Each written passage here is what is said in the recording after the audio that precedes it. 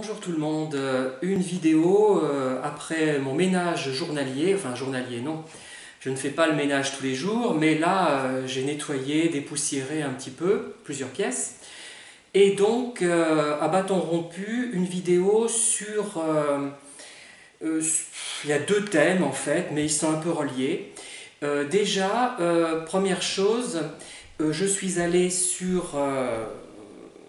comment dire, une vidéo YouTube d'une personne qui s'occupait de pervers narcissiques, qui se présente comme un grand spécialiste de la question, hein, notamment. Il y en a plusieurs, hein. Je suis allé il y a quelques mois sur d'autres profils, et là je n'étais pas retourné depuis très longtemps, peut-être au moins 3 mois, voire 6 mois, je ne sais pas, je n'ai pas cette notion de temps. Et je pensais que les personnes, enfin j'ai pas regardé les autres, je me suis arrêté à cette personne-là, hein, avaient compris qu'on ne pouvait pas demander des tarifs exorbitants, hein. Bon après, comme je l'ai expliqué dans d'autres vidéos, il ne s'agit pas d'avoir un diplôme très précis pour être compétent. On peut très bien être psychiatre, psychologue clinicien. Alors psychologue clinicien pour moi c'est plus ou moins philosophe parce que ce n'est pas une approche vraiment scientifique des phénomènes, hein, de toute façon. Mais ça peut être utile aussi, ça a son utilité, mais le terme n'est pas adéquat, tout simplement. Et on peut être incompétent tout en ayant une formation universitaire longue, il n'y a pas de problème, hein. Et une voyante peut être compétente, pourquoi pas, en psychologie, hein, et certainement même certaines, hein, je ne le nie pas. Mais il y a quand même un problème de tarif. Vous allez me dire, ah ben oui, mais si cette personne demande 90 € de la demi-heure, c'est qu'elle a des frais, des charges. Effectivement, il faut multiplier par 2, je crois, hein, puisqu'elle a les charges patronales, si elle a son compte. Mais j'ai quand même vu des tarifs de 200 € de l'heure, 300 même parfois, hein, mais je crois que c'est... Faudra que je vérifie, je ne suis pas allé retourner sur ces profils-là. Et là, moi, ça me semble exorbitant. Une heure de conversation téléphonique, 200 €, je trouve ça... je n'arrive pas à le qualifier. Bon, 100 peut-être, parce que, effectivement, si la personne veut se payer, peut-être que c'est nécessaire, avec les charges qu'il peut y avoir à côté. Encore que, je pense que si elle est assez à droite, la personne, elle peut demander beaucoup moins, avoir plus de clients et compenser sur la quantité de clientèle, hein.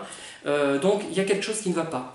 Ou alors expliquez-moi, hein, ceux qui s'y connaissent en matière d'entreprise de ce genre, parce que moi il y a quelque chose qui m'échappe là, je ne comprends pas. Enfin bon. Par ailleurs, j'en reviens justement aux professionnels, aux gens qui ont pignon sur rue, aux théoriciens en psychologie, dans tous les domaines d'ailleurs, hein. Alors quand ce sont des gens qui proposent une démarche vraiment scientifique. Alors, d'ailleurs j'ai répondu à une personne en l'incitant à aller voir la notion d'hypothèse générale, d'hypothèse opérationnelle, de variables indépendantes, de variables dépendantes, de variables invoquées, de traitement statistique des données, de groupe expérimental, de groupe témoin, etc. Voilà les principales notions. Il y a aussi le biais de confirmation d'hypothèse, hein, qui est intéressant en sciences, hein. Et donc, vraiment, je voudrais, même si je ne suis pas un grand scientifique du tout, hein, vous l'aurez compris, j'ai quand même la conscience qu'un résultat scientifique s'obtient par le biais d'une méthode expérimentale rigoureuse. Après, tout le reste, même ce que je raconte, et surtout ce que je raconte, ce n'est pas scientifique, ce sont des impressions qui sont plus ou moins validées, qui ont un degré de validité plus ou moins important, mais qui ne sont pas la vérité. Ce n'est pas une approche scientifique que je développe dans mes vidéos, malheureusement, sauf quand je vous ai parlé de la dissonance cognitive. Les seules vidéos vraiment intéressantes, vraiment plus objectives que les autres que j'ai pu faire. Alors, il faut vous démarquer. Bon, je sais que certains sont encore étudiants, en psycho par exemple, ou en philo, je ne sais pas, et donc ils ont des maîtres à penser, et ils pensent que monsieur machin, monsieur truc, a écrit tel livre, donc c'est parole d'évangile, et il faut croire tout ce qu'il raconte. Pendant les études, on est obligé, enfin, même s'il faut faire quand même preuve d'esprit critique, hein, on a la tête dans le guidon, on est en plein dedans, on ne peut pas faire autrement, ne serait-ce que pour réussir les examens. Une fois qu'on est sorti du système universitaire, qu'on travaille, on remet en cause ces théoriciens, qui ont de l'intérêt souvent d'ailleurs, mais qui n'ont pas forcément une approche scientifique, hein, comme les psychanalystes. Ce n'est pas une méthode scientifique, bon, c'est tout, c'est même pas la peine d'épiloguer là-dessus, hein. C'est intéressant quand même, ça a vraiment de l'intérêt quand même, mais ce n'est pas comme 1 plus 1 égale 2, encore que certains vont vous dire que ça se démontre, hein. Bon, bref. Vous voyez, c'est pas quelque chose d'aussi...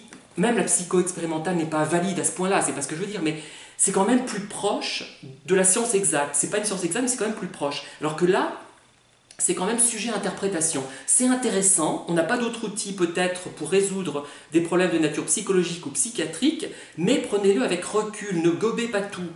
Un tel a dit ça, ah bon? Eh bien moi je ne suis pas d'accord, mon expérience va montrer le contraire, et un autre dit une chose inverse. Voilà. J'ai l'impression d'enfoncer des portes ouvertes, mais je crois que tout le monde n'est pas encore au courant de ça. C'est comme ceux qui vous disent « relisez tel auteur ». Bon, on peut le dire ça, mais on le dit avec élégance, on ne le dit pas comme ça, on le dit « tiens, monsieur machin pense ça, qu'est-ce que vous en pensez? Avez-vous lu tel livre ?» Voilà. Parce que relisez machin, ça fait vraiment le prof de fac, ou celui qui est vraiment, ou qui manque de confiance en lui d'ailleurs, qui essaie de se persuader qu'il a raison, de se raccrocher à quelque chose, parce qu'il a peur. C'est une peur en fait, de se raccrocher à des théories comme si c'était des maîtres à penser, des gourous. C'est une peur, hein. Ça peut être des gens très intelligents, il y a de tout. Hein. Et non, non. Par exemple, ceux qui me disent, quand je parle de mes livres, relisez Proust, tu devrais lire ça, ça et ça, au lieu de parler de mes livres, là je trouve ça grave, mais ils essaient de... Enfin, après j'épilogue pas, hein, je leur en parle juste comme ça, je dis ben, j'ai écrit tel et tel livre sur tel sujet, et c'est comme si ça n'existait pas. Il y a le problème inverse là. Tant que les gens n'ont pas une crédibilité livresque chez un éditeur qui a pignon sur rue ou qui a été vu à la télé, il n'y a aucune crédibilité, c'est grave. Hein. Et on ne prend même pas la peine de lire ce que les gens ont écrit. Moi, par exemple, on me dit « Ah, il faut que je relise Proust ». Les gens qui me disent ça, je dirais ben, si vous commenciez par lire un de mes petits livres, là je vous le donne, ça fait 50 pages, ça vous ouvrira peut-être des perspectives et vous verrez que il n'y a pas que les auteurs classiques qui ont été souvent d'ailleurs vraiment dépassés, certains. Je suis sûr qu'il y a des gens qui écrivent dans le style de Proust, avec les mêmes contenus, avec le même type d'analyse et qui sont bien meilleurs. Moi j'en ai lu un.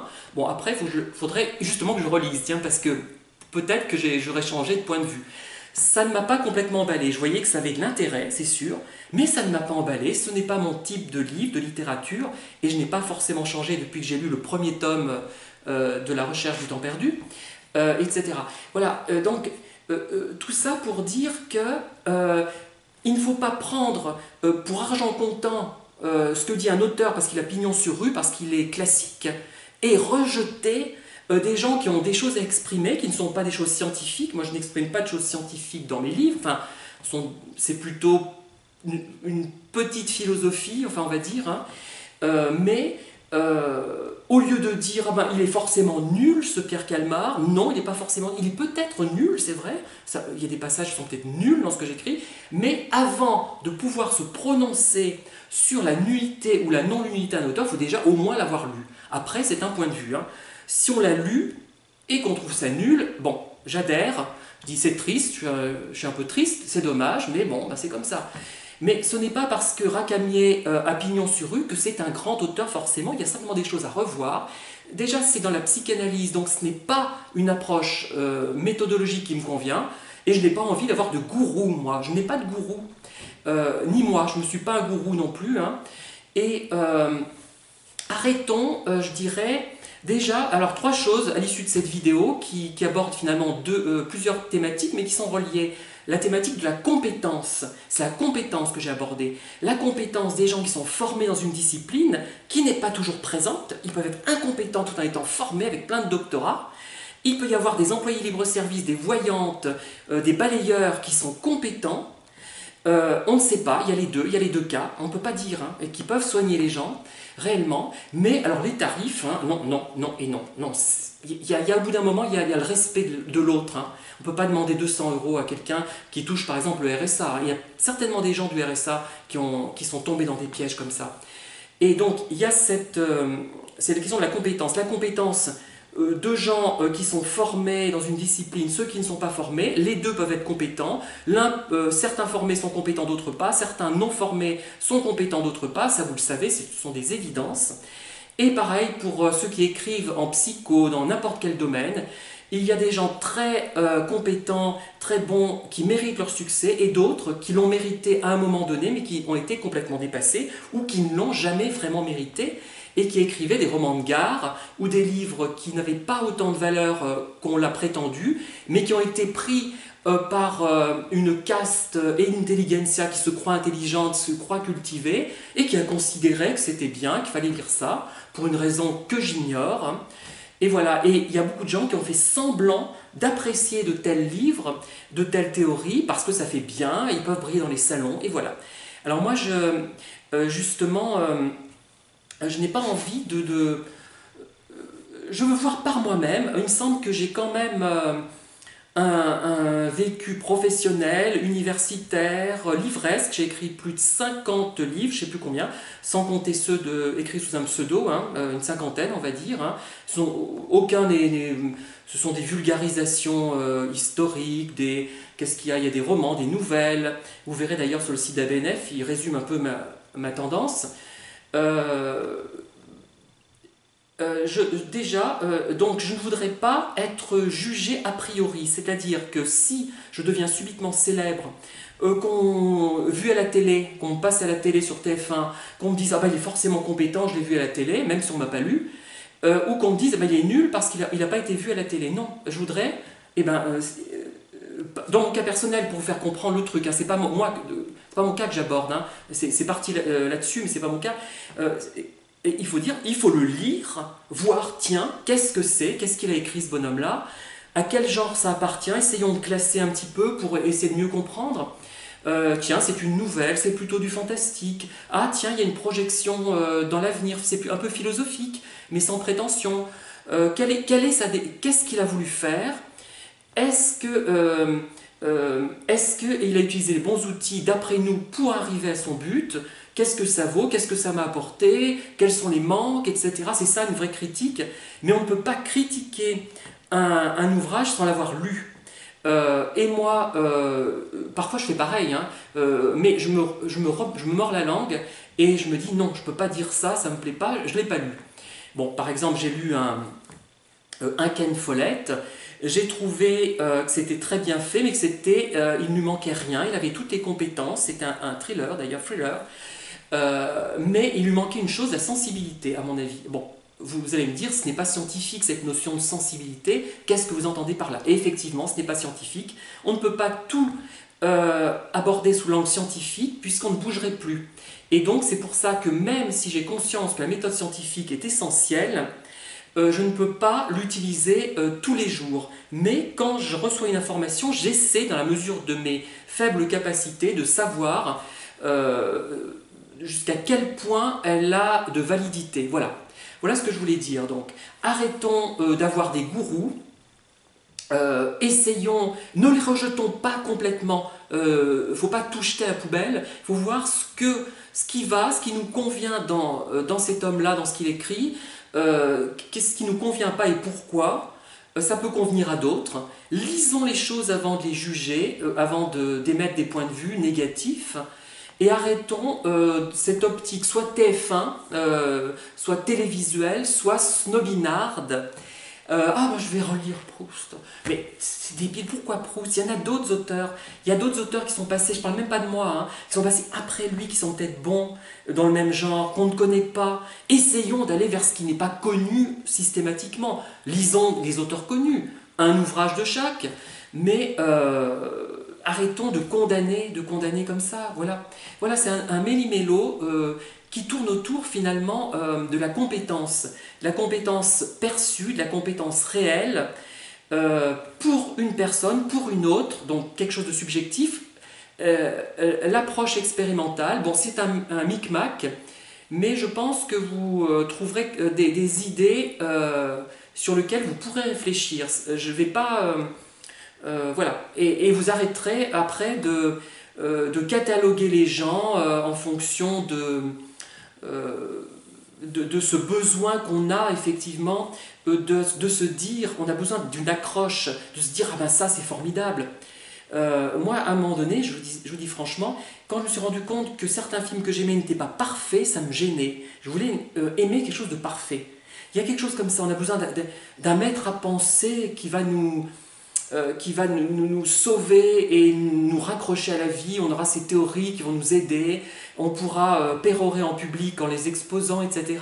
Je vois bien à peu près le raisonnement. Et voilà, voilà ce que je voulais vous dire. C'est un peu brouillon, mais en fait, si vous écoutez bien, vous verrez que ça a plus d'intérêt que certaines vidéos que j'ai faites, qui ont eu beaucoup de succès et qui, à mon avis, n'en valaient pas la peine, hein. Voilà. Bonne journée. Je vais donc retourner peut-être à mes travaux de vulgarisation historique. Merci et à bientôt.